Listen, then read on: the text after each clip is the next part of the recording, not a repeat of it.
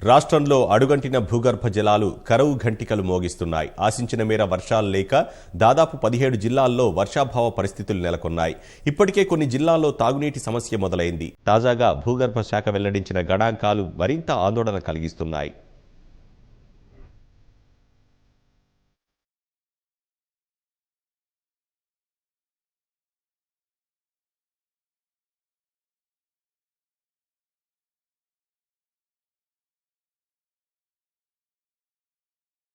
రాష్ట్రంలో ఈసారి సాధారణ వర్షపాతం ఉంటుందన్న వాతావరణ శాఖ అంచనాలు తలకిందులయ్యాయి.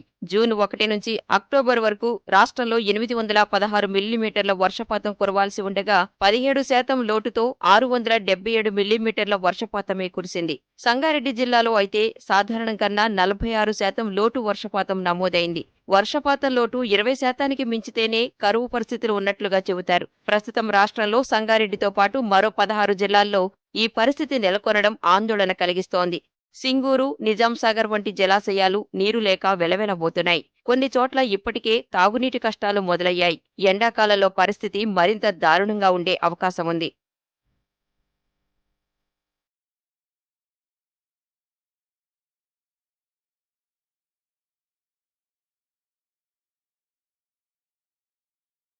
వర్షాభావ ప్రభావం భూగర్భ జలాలపైన పడింది. రాష్ట్ర భూభాగంలో 28% విస్తీర్ణంలో భూగర్భ జలాలు 20 మీటర్ల కన్నా ఎక్కువ లోతుకు పడిపోయినట్లు సంబంధిత శాఖ వెల్లడించిన నివేదికే అందుకు నిదర్శనం. సుమారు 43% విస్తీర్ణంలో నీటి కనిష్ట లోతు 15 మీటర్లకు పైగా ఉంది.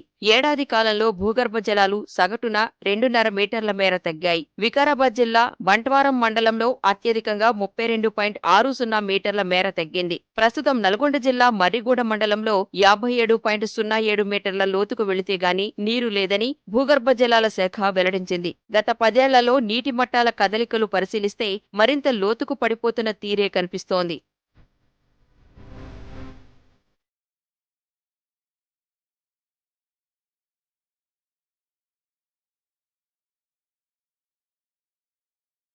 వర్షాలు లేక భూగర్భ జలాలు అడుగంటుతుండటంతో నీటిని పొదుపుగా వాడుకోవాలని భూగర్భ జలశాఖ సూచిస్తోంది.